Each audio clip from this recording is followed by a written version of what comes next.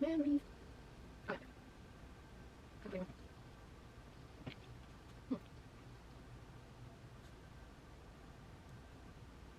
Alright, I think that's just we want to go just fine. What's this?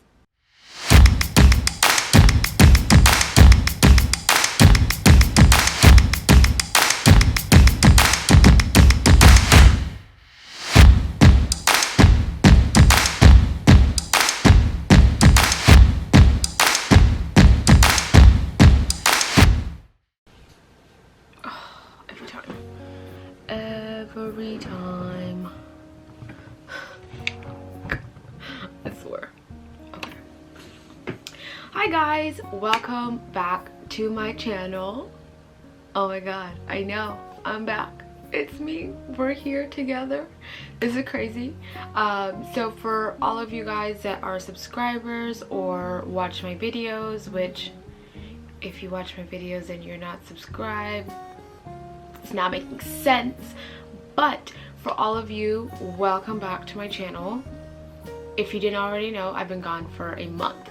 So I took a month break, which is part of the reason that we're going to be talking about these things in the video today. So if you didn't already look at the title, the topic for my video today is the 6 things, or 7, probably 6, I don't know, but the things that have helped me in my mental health check for November. So first questions first, how are you? I hope you're okay. I hope everything is going your way, and if it's not, don't worry, everything is momentary. You will soon be on the other side of whatever hill or mountain you're on, and if you're doing fantastic, I'm so happy for you. Spread that love out to other people. But yeah, I hope you guys are doing well, and if you're not, please reach out, say something. If you know, can't talk to me, talk to someone else, whatever. Just make sure that you're not going through this alone. God damn, that did not come out. That was not English. I am doing okay. Like I mentioned earlier, November was a sad month for me. Not sad as in like anything in particular happened or anything like that, but it was just like an off month for me. 2020 has been, are there words for 2020? Like, do we have a word now? I think just 2020 just encompasses all of our emotions. So yeah, 2020 has been 2020, and she's been doing what she does. And you know, for the majority of the year, I have been able to keep my anxiety and depression pretty much in check. You know, like I'd have bad days, good days, some days were worse than others, but it was never anything, you know, too intense up until November. November is kind of when the wheels fell off, and it's kind of hard to get up a hill if you have a cart with no wheels. So that was how I was feeling in November. Nothing too specific, you know, was going on. I think that's like the first month that I kind of got hit in the face with SAD, which is seasonal affective disorder, or yeah, so like with the seasons changing and all of that, I fell into depression, and I just was not prepared to deal with it. I didn't catch the signs early enough, so I wasn't doing anything to, like, you know, prevent falling deeper into a hole. And then by the time I was in the hole, I was like so far down, it was like clawing to get back out. But I did notice that towards the end of November, like today is December 3rd when you're watching this, because that's how good my turnaround time is. It's not, this is rare. But yeah, so I've noticed that like towards the end of November, that the more I implemented a couple of things, the easier it was for me to get out of said black hole. Now, I do want to preface this by saying that, you know, the things that I'm talking about are not a end all be all save you from everything formula, okay? These are things that I find important for me. They might resonate with you, and if they do, amazing. If they don't, no worries. And also, any of this stuff does not take the place of medication. If you take medication, please take your meds, okay? Don't think that the things I say in this video are going to fix everything. There's nothing wrong with taking medication, okay? Like, we do what we do for ourselves, and if that happens to be medication for you, remember to take your meds. But yeah, so that's kind of like the story of, you know, what is behind this video. I felt like it was something that I wanted to share with you guys and see where you guys are in terms of your mental health. Make sure that you are continuing to check in with yourself and just do what you need to do for you, okay? So on that note, let's get to thing number one. Number one, the first thing, and I've talked about this before, that has helped me with getting out of my head, and essentially, is therapy. Every week I go to my therapy session. Now, of course, they are online, so via my computer, and I talk to my therapist, and that's what we do every week. We just talk. It has been just like, there's like no value I can put on therapy and what it has done for me, for my self-esteem, for learning, you know, how to distinguish fear and anxiety from, like, you know, working with my intuition, from navigating the loss of friendships, and, you know, starting new ones, and, you know, everything, just everything under the sun that I could ever have wanted to talk about, my therapist and I talk about it. So therapy for me has been such a big deal, and it's just something that I tell everyone to do. Like, even if you don't suffer from anything, like, there's no, you know, scale of suffering to, you know, take therapy. Like, there's no scale. If you feel like your life is perfect, and girl, come on now, but if you feel like your life is perfect, take therapy. If you feel like, you know, everything is horrible and you just like it's the worst ever, take therapy. If you're in the middle, get therapy. Just, therapy is for everyone, okay? I cannot stress that enough. And to that point, the place that I get therapy from, again, and I think I've done this in a previous video, but it's going to be down in the description box. So if you need a place to start and find a therapist that, you know, meets your needs and values, the first place I'd go is in the description box. Thing number two, the second thing that I have been doing is meditating. Okay, I used to be such a bad meditator, and I mean that in a sense of, like, I always thought that there was something I was supposed to be doing while I meditated. You know, like, have you ever seen those people who meditate, or, you know, like on movies or TV, and they look like they're doing something while they're meditating, you know? It's like, it looked like they were making an effort to do nothing. Does that make sense?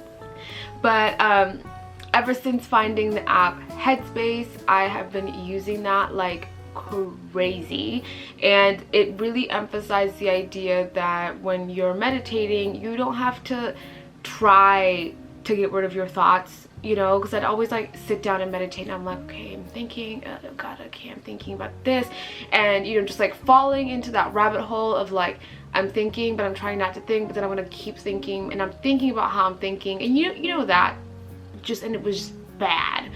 But ever since starting to use Headspace, it's helped me to learn that the thoughts will come, and it's, you know, your only job is to notice when a thought has come and then just like push it away. I always like to think about it like there are clouds in the sky. You know what I mean? Like, the clouds in the sky keep moving. The clouds will be there, but you just watch him move from one part of the sky to the other. And now that's how I'm thinking about my thoughts. And I start every single day with meditation, and it's just part of my routine. And I've noticed that the days that I don't meditate, I feel very like disconnected from myself. A lot of these things that I do, and you know, all these things that I talk about in this video, are ways that I am connecting with myself. So for me, again, all this is just personal to me. For me, when I find myself getting more anxious or depressed, it's usually because for some reason or another I am detached from myself. So I am focusing too much on a situation that I can't control, and then I'm thinking about worst case scenarios, or I am just obsessed with what I could have done in a situation that's already passed, and you know, maybe if I said this or maybe if I did this, and attaching my self-worth to things in the past or things that I can't control. So the more I'm able to center myself and realize that, you know, anything that happens that's outside of my control is outside of my control, but I can control myself, how I react to different situations, what I allow, where my boundaries are, and that helps to alleviate a lot of anxiety and, you know, depression-inducing situations that don't have to be there. So while sometimes, you know, anxiety will creep in for no good reason because she's a bitch, at least I am, you know, releasing the things that cause me anxiety, that I know cause me anxiety, so I'm dealing with less, you know, just anxious moments and all of that. But yeah, so that's what, you know, meditation does for me. It helps me to check in with myself and really start my day off with me. You know, all of this stuff is just about me, okay? Be selfish, please. All of us have to be a little bit more selfish sometimes, because just check in with yourself. See how you're doing. Are you okay? Do you need to take it slower today? That's what meditation does for me. Yeah. Thing number 3. The third thing that I am doing on a more consistent basis, and have kind of like gotten back into the past 3-4-ish weeks, and you know, like I'd gotten into it in October and then completely fell off in November. But the thing that I'm talking about is yoga. So I used to do yoga when I was in middle school, and then fell off of doing it because I just didn't have time between extracurriculars in the morning, after school, you know, and then you come home, you gotta do homework. Like, it was just way too much, and I didn't have time to keep up with my yoga practice. But I have made the considered effort to get back on the horse and figure out what I loved about yoga, and so I did. So I signed up for an app called Down Dog, did their 30-day free trial just to see like what the app was about, whether or not it was gonna fit what I wanted. And when I tell you that this app is just amazing. First of all, when I got back into doing yoga, I wanted to start from the beginning. Okay, so I did not want to try to like hop back to where I was almost 10 years ago and pretend that I could still do all the same moves and whatever. My flexibility has changed dramatically in 10 years. So the great thing about Down Dog is that they have options for levels. So like you can choose, you know, beginner levels, more advanced levels, intermediate. You can choose the length of the session, how long you want to work out. So, you know, right now I'm kind of doing like a consistent 30-minute. I want to eventually wrap that up, but like for me right now 30 minutes is the perfect amount of time.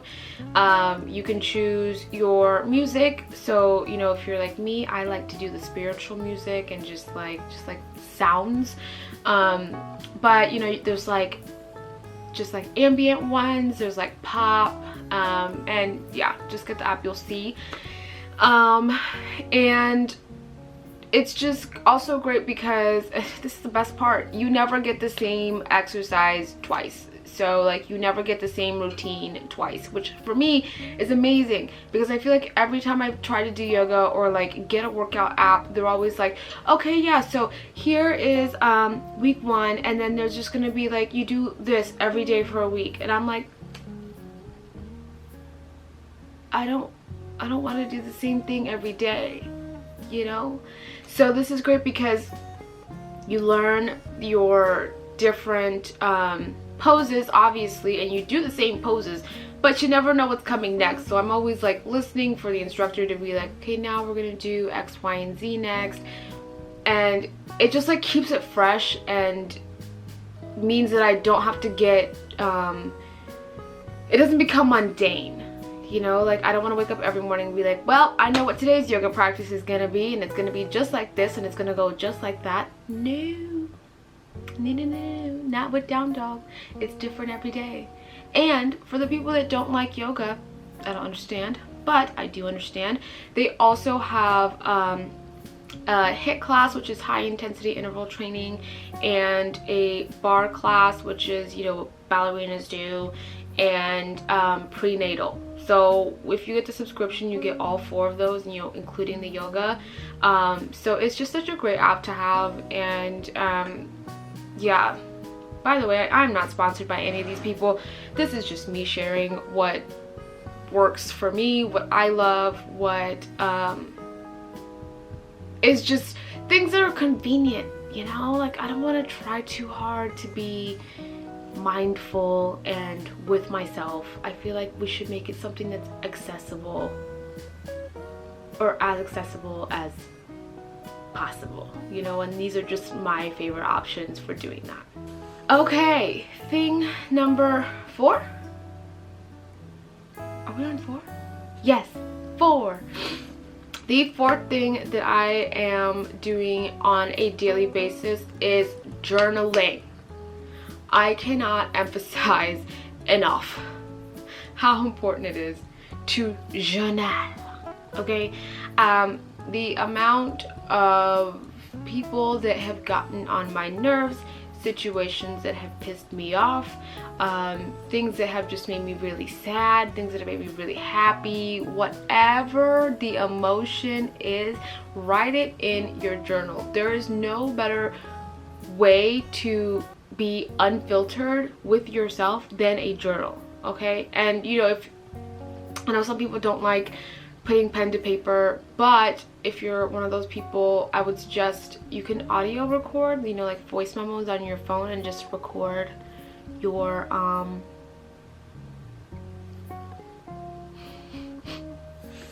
you can record your thoughts and do it that way. But sometimes it's just nice because you know how like you'll just have a moment where even people that you love just like do something that like pisses you off, you know, and you don't want to take it out on this person, you don't want to be angry for forever. Get it all out, write it in your journal, just say all the mean, horrible things that come to your mind, because sometimes that's just how our minds work, okay? It is what it is, and it's better for you to get it out on paper, alleviate yourself of those emotions, and then go back to the actual circumstance with a much clearer head. You'll be more prepared, you'll kind of figure out how you feel. There's been times when I've worked through my emotions through journaling, where at the beginning I'm just like, oh my god, I hate this person, they did such and such, and then by the time I get to the end I'm like, okay, but I also could have like maybe reacted differently, and maybe this is why they're upset at me, and you know, this is why this situation just got off track. So it kind of like helps you work through some stuff.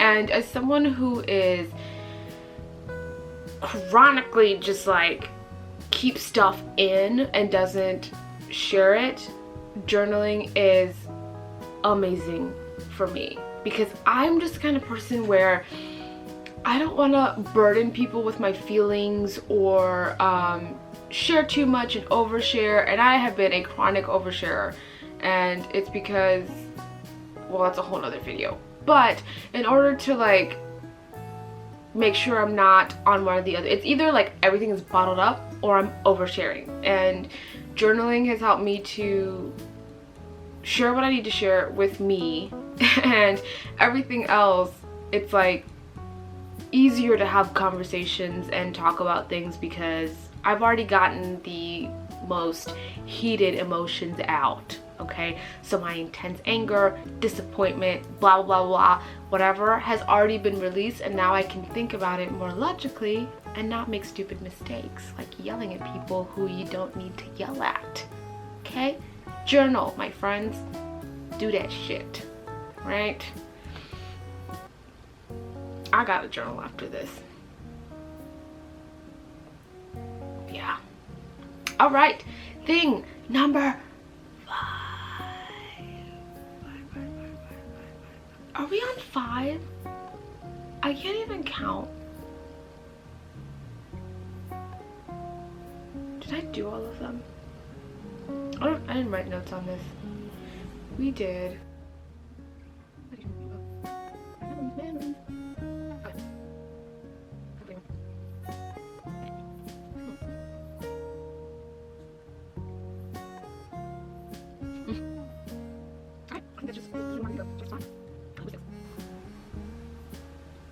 Oh well. Thing number 5.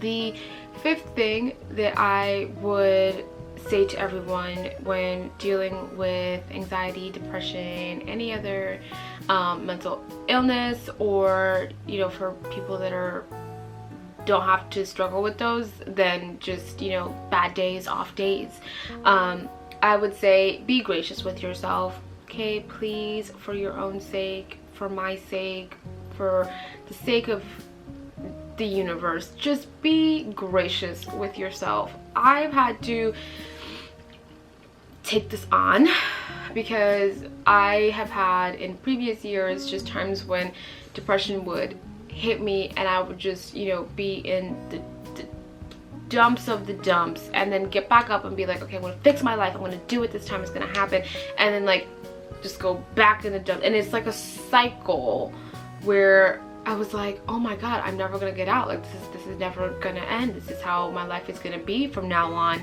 And it's not. Okay, like I am just so much kinder to myself, and I have realized that in the past year and a half, I would say, the way that I talk to myself has changed dramatically. I am way nicer to myself. I am catching, whenever I talk shit to myself, I'm catching it and I'm reversing it. And I remember like starting to do that, and it would be so conscious. Like I'd have to like consciously think of you know, what I was saying to myself and X, Y, and Z. Now, because it's become such a habit, I don't even talk shit about myself. And then when I do talk shit about myself, I'm like, girl, why are you lying?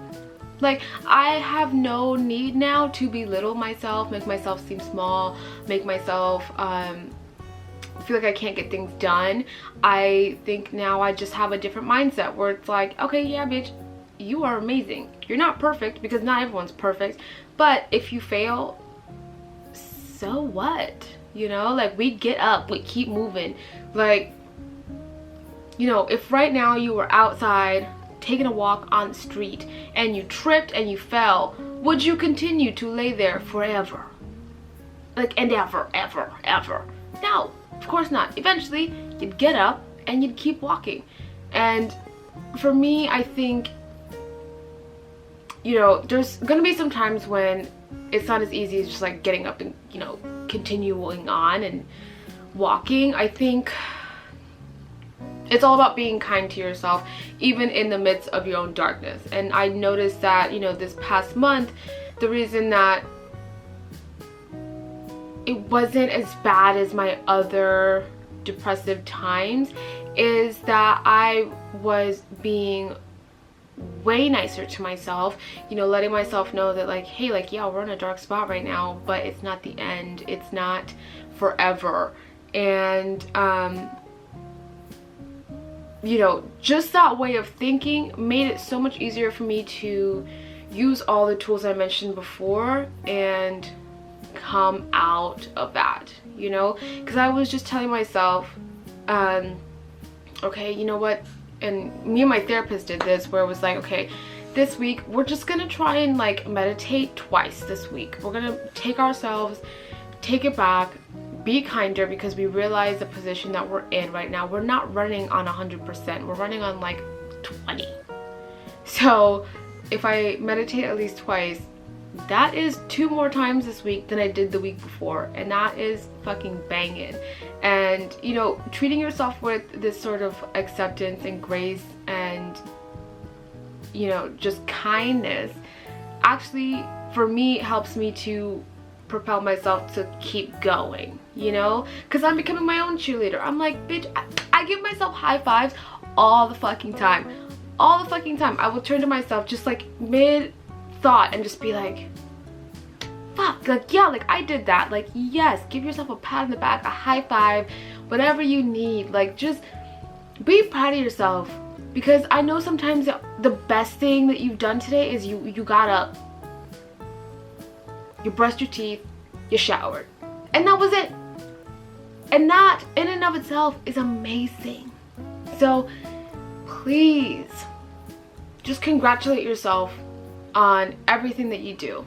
Okay, I've had to like just learn that. I've become, and I'm still working on this relationship, but my own best friend, my own partner, my own cheerleader. Like, I am becoming that for myself, because, you know, God forbid, everyone that I love and, you know, just, I don't know, just got poofed out of nowhere or whatever, I still have me, you know, and I want to make sure that throughout all of my journey on this big floating space rock, that I'm content with myself and I'm happy with myself, and I just have a good relationship with me. So yes, this video is just be selfish, bitches. Be selfish, please. For God's sake, be selfish. Be kind with yourself, spend more time with yourself, make really good boundaries, and only allow people in your life who encourage you the same way that you encourage them. Like, just be selfish, okay? The more selfish I've gotten, the better my life has gotten. It's just like less drama, less everything. My mind feels good. And now even my off days, off months aren't as severe and, you know, self-sabotaging as previous years. And I know I'm rambling right now, but I feel it really strongly. So just be selfish, take care of yourself, do what you need to do. Okay? Okay. Alright guys, I think I only did 5 things. I feel like I said I was gonna do 6 or 7. Lies. Lies, lies, lies. So those are the 5 things that right now I am doing on a consistent basis, working with myself on perfecting. You know, this life is a journey. There's no such thing as perfecting anything, and you know, every day we get up and we just try to do a little bit better. But yeah, those are the 5 things that right now are keeping me sane, helping me with my self-care, things that help me recharge. And yeah, I'm so happy to be back doing these videos. Like, you guys don't understand, I'm so happy to be back, and it feels good to be back knowing that I am fully here, like mentally, emotionally, spiritually. I'm not there with you physically, but you know, we connections. But yeah, I'm just so happy to be back doing these. I can't wait to see you guys next Friday for another video, which, you know, it's probably gonna be another sit down because your girl ain't leaving the house no more. So get ready for more sit down videos where I chat. We might even do another Am I the Asshole? Because I like doing that.